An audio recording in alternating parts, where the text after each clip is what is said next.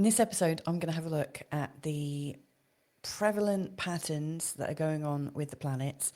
Well, it's a lot of alliteration, isn't it? The planetary prevalent patterns taking us from the 9th to the 15th of August 2026. Now, this is arguably a really, really busy week, not just because we've got the impending solar eclipse on Wednesday the 12th, but just because of the sheer weight of aspects that we've got going down. There's so many, it's hard to list.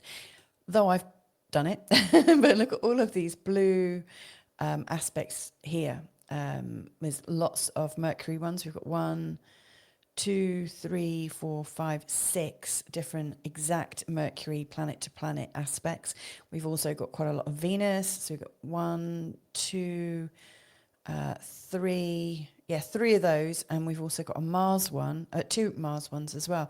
Now, what is going on here is because Venus has just changed signs last week, and because we've got Mercury and Mars changing signs in this upcoming week, they're all in the early degrees of their respective signs and all currently making aspects to all of our early degree planets, which include Pluto. I'm going in reverse order from the slowest moving.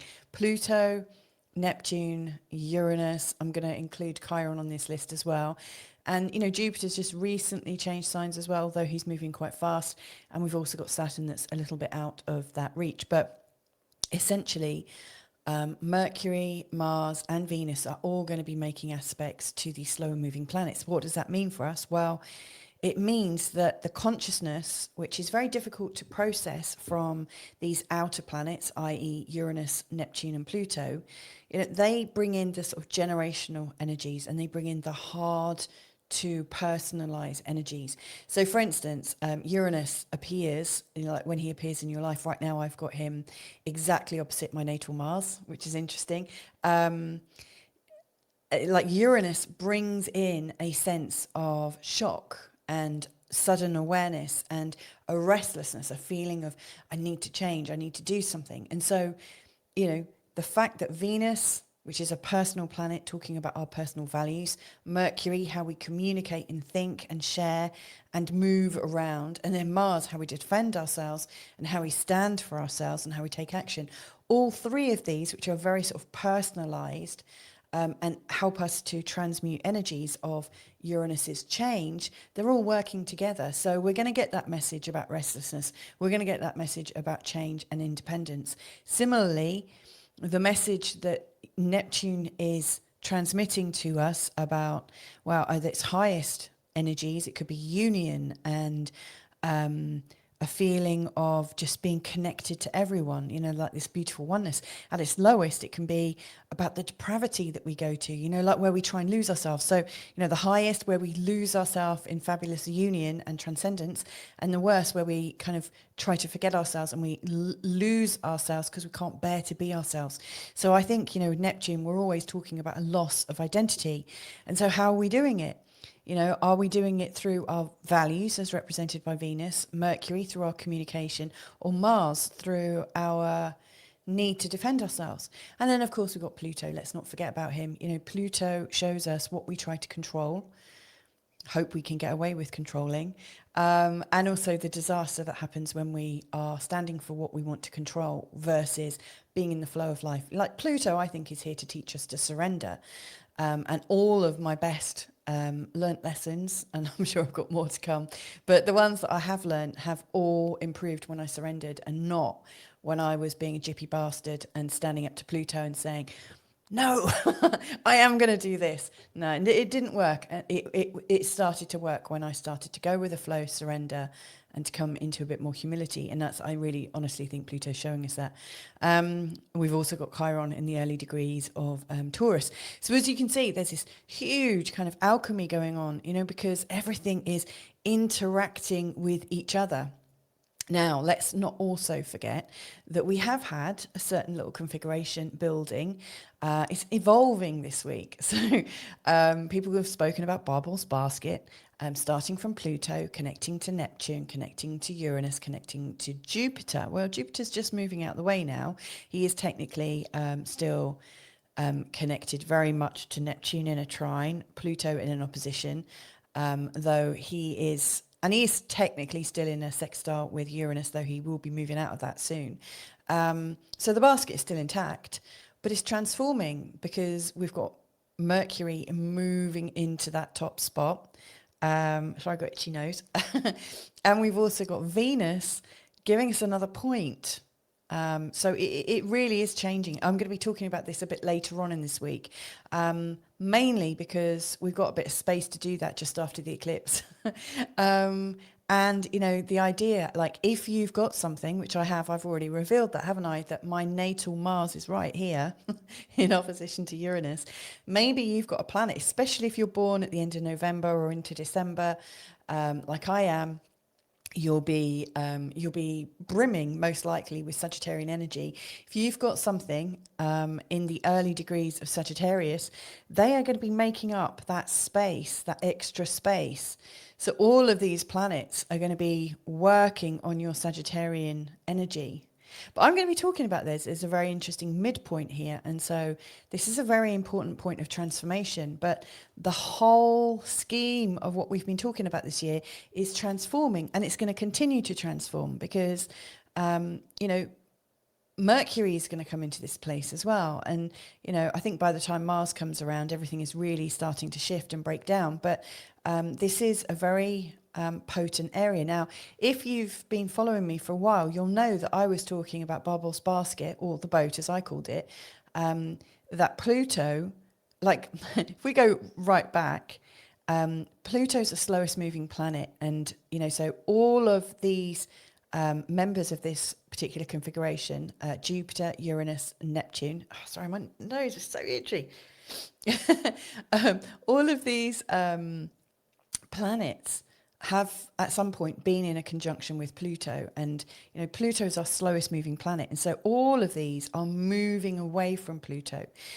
In fact, they're in order of what's the fastest planet, and Jupiter was the fastest. It's the lead planet, and given that Pluto is the king of the underworld and Jupiter is the king of the heavens, you know, I made the connection that we're moving away from some of the stuff in the underground, stuff that's hidden beneath our feet, all those stories, all those shadows, all those secrets, especially secrets about control, and how far control will go.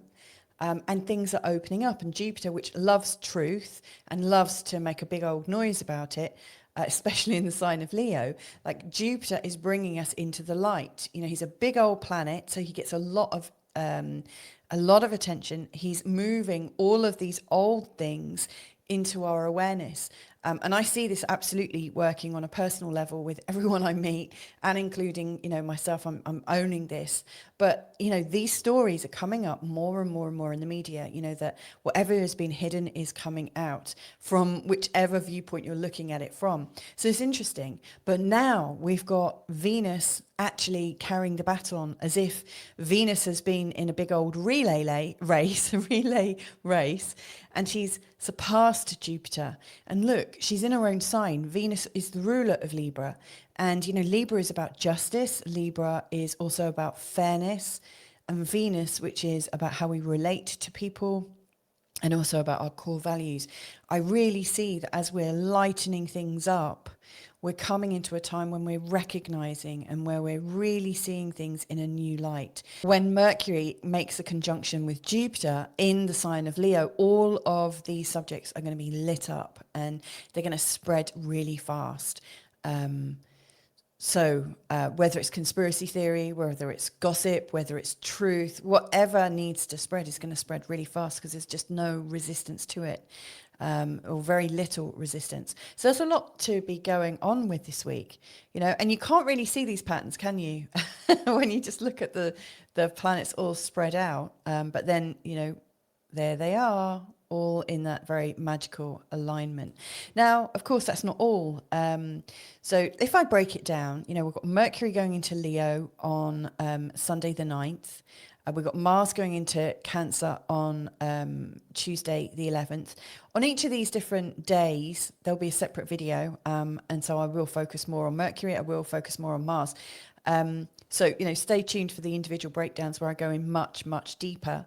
But you can see on Wednesday, this is a really important point. This is the total solar eclipse that most of us have been waiting for all year. It's a very, very strong eclipse. I'm recording something separately about the whole eclipse season. And in fact, I actually recorded a couple of videos at the start of the year, which included this whole season. And I think I broke it down on a sign by sign basis as well. So do check those out. I'll put them in the description. But look at all the different things that are happening on that day. So Mercury goes exactly into opposition with Pluto. Mercury goes exactly into a trine with Neptune. Venus makes an exact trine to Uranus. Mars makes an exact sextile to Chiron. So all of that is happening as the total solar eclipse in Leo is coming in. Now, that's really unusual. And I've been saying that all flipping year. I've been saying it for a couple of years, in fact. Oh, that's really unusual. That's really unusual.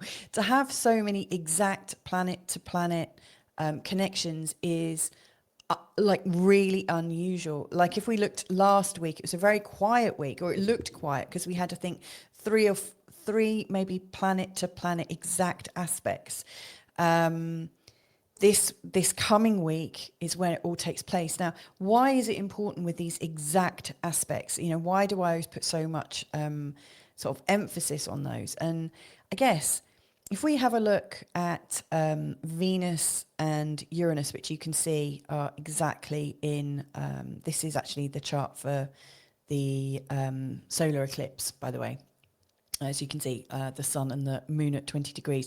So this is the most busiest day of the week, Wednesday the 12th. Well, when Venus got to about 27 degrees of Virgo, she would have been coming into this this trine with Uranus, showing that she's awakening into that energy. Like she's starting to build that connection with Uranus, and they're starting to talk to each other. There's a kind of reception that happens when planets come into an alignment. It's like they start suddenly acknowledge each other.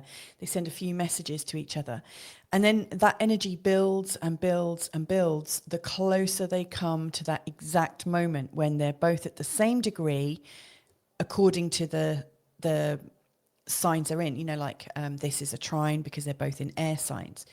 And so she's building, and that pressure's getting stronger and stronger and stronger. So on Wednesday the 12th, when Venus is exactly in a trine with Uranus, the excitement and feeling of our values is really strong and coming through almost like a shot of consciousness. Because Uranus with Mercury and also with Venus, it's a very strong channel. It's like telepathy. And like later on in the day, Mercury also goes into an exact sextile with Uranus. So Uranus is really strong on that day. So like the channeling ability just shoots in. And then as these planets move beyond that fulcrum point, that moment of exact connection, it starts to ease off. And so that's why I just put so much energy and pay so much attention to the fact that when they're perfect in their exact moment, it's like it's not going to get stronger than this. Now, of course, once they've done that sort of perfect bit, then comes the release. As they start to move away, what has been put in place by those planets coming into their exact positions, it starts to release. And so the consequences of those planets meeting becomes more obvious. So when you think of that on the 12th, on the day of this solar eclipse, there's a lot of consequences and actions and releases that take place because of this particular day. So we're really building. This is a huge day of things being built up, and then there is the inevitable release that comes after this eclipse and into the 13th. And that's when I'm going to be talking on Thursday the 13th. That's when I'm going to be talking about this, because the releasing of it, I think, is going to be very interesting. So yeah, we've got a very important week. I think there was a couple of other points I wanted to share as well before I have a look at Sunday. Oh yeah. So one of the biggest, we've got all of these aspects. We've got these planetary moves as well. And you can also see that on particular days there are like different amounts of moon aspects, when the moon is coming into an exact moment. And you can see that Sunday the 9th is pretty important. It's got 6 exact moon Ptolemaic aspects. What I mean by that is conjunctions, sextiles, trines, squares, and oppositions. So they're the main aspects, not like little micro aspects. Also, Tuesday the 11th has a lot of moon stuff. And then on Saturday the 15th, we've got a lot of moon movements. Now, the moon movements, the moon is the planet, although it's not actually a planet, it's a satellite, but it's the planet, we call it a planet. So the moon, it's showing us where our emotions are going, where our emotions are leading, where our psyche and our intuition are really strong, where we might feel a lot more emotional, where we might have a lot more instinctive reactions. And so with this energy on these days of the 9th, the 11th and the 15th, they are the ones that are most likely going to be more emotional. So aware of those is going to be setting up some really strong emotions. And so you might want to set the theme for the day. You might want to set your intentions. I really like this Mercury conjunct Jupiter. In fact, I know a couple who are getting married on this day. And I think this is going to really suit them and their charts. And funnily enough, I'm actually going to a wedding today. So in a minute, I'm going to put a hat on and jewelry and paint my nails again. So we're into wedding season, aren't we?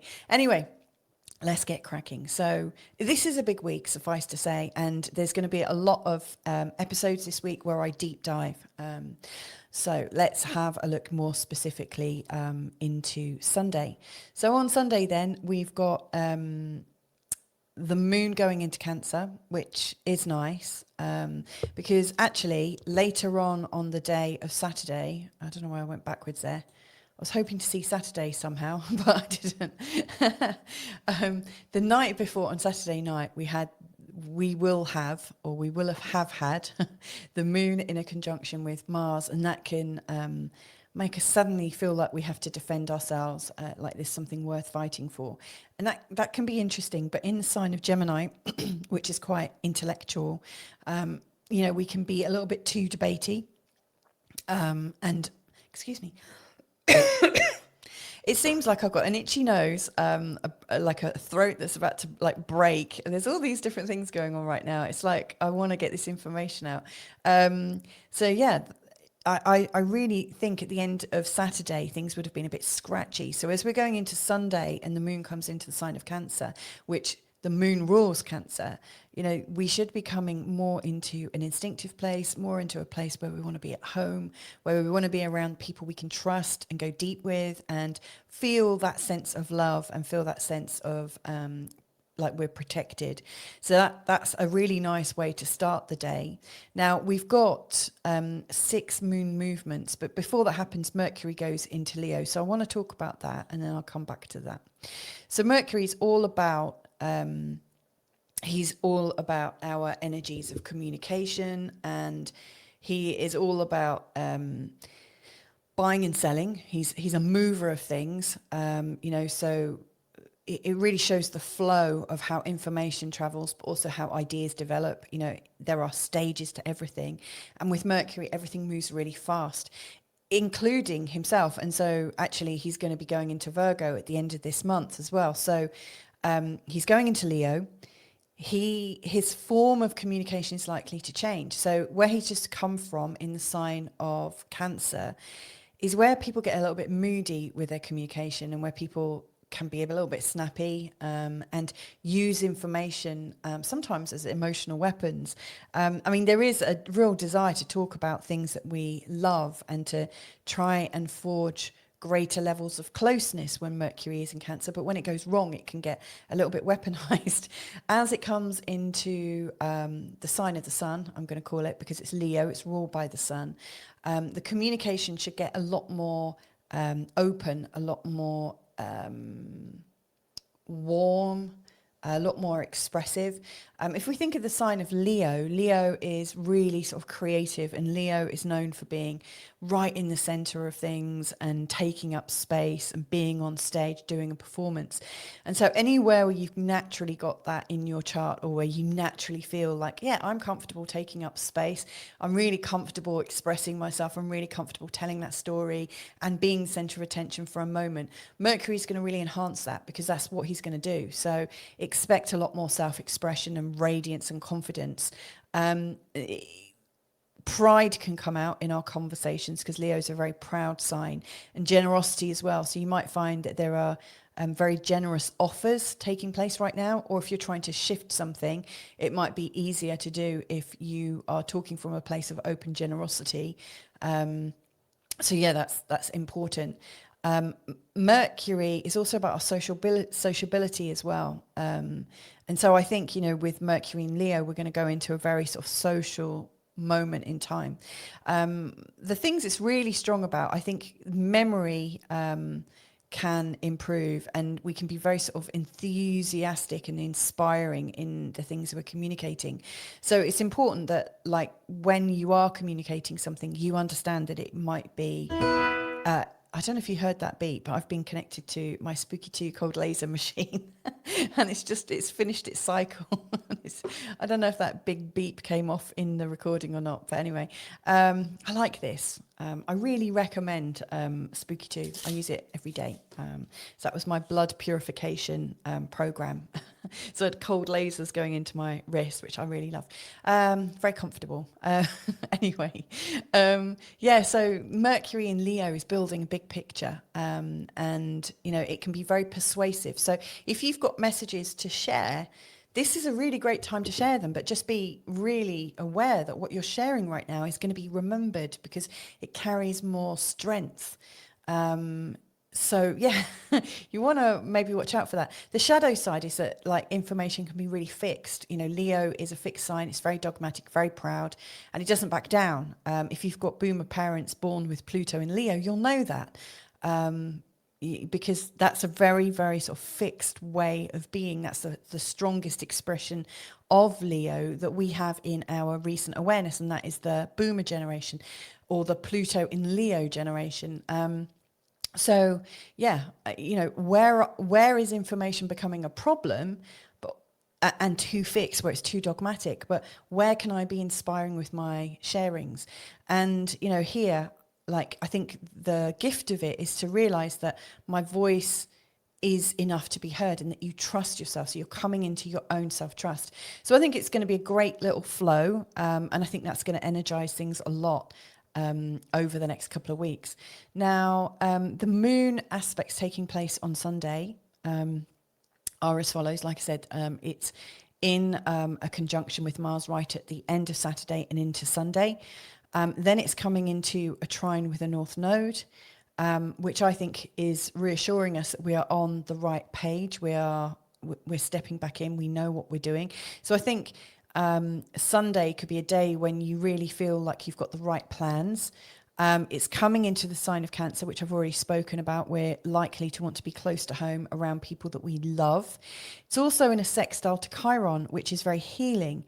To me, again, the more we're around people that we love and trust, not people that we love and trust historically necessarily, because there's often a lot of business and and baggage that goes on in those relationships, but people that stand for your healing, people that stand for your success, people that who stand for you feeling good without feeling like that's taking something from them. So because one of the things I noticed with the Cancer energy, and no fault from Cancerians necessarily, they're highly sensitive and very, very sensitive to slights, and they're really supportive of the people around them. However, if they've got some kind of inferiority complex, something really deep, or if they feel like they've been slighted by you, they're not going to stand for your success as fully as you might want. So I really think on Sunday, you want to spend time around people that absolutely, if you are succeeding, if you're doing well, if you're healing, if life's going really great, they're not going to resent you for it.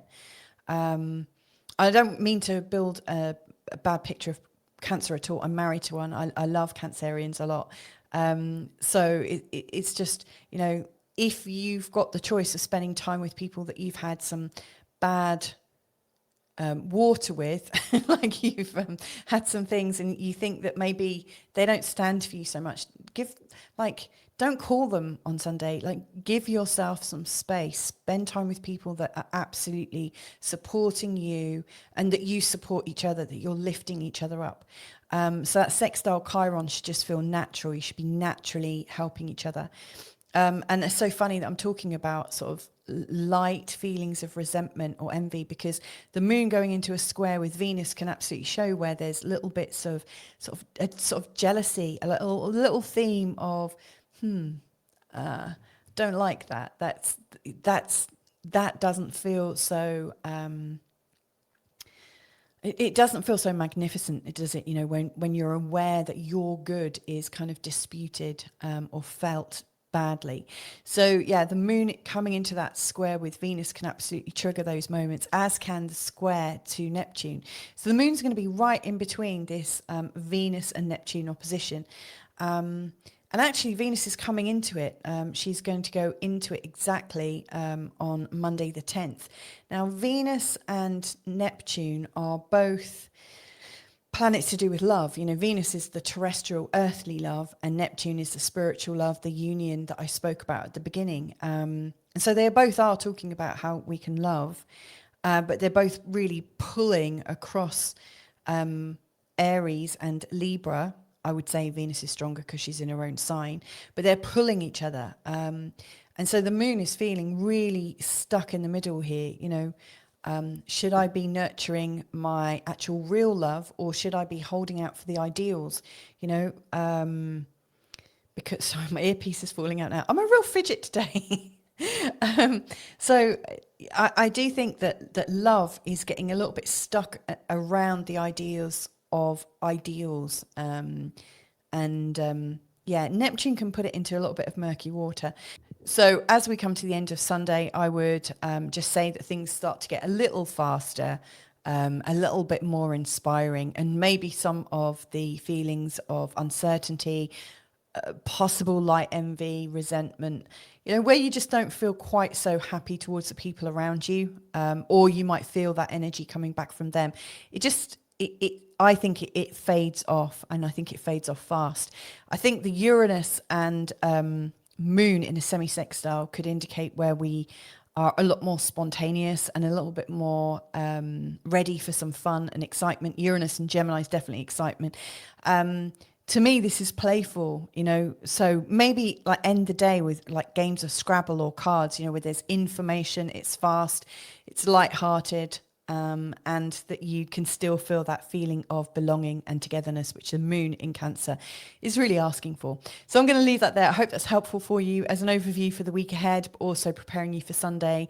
Lots of love to you wherever you are, and catch up with you all soon. Bye for now.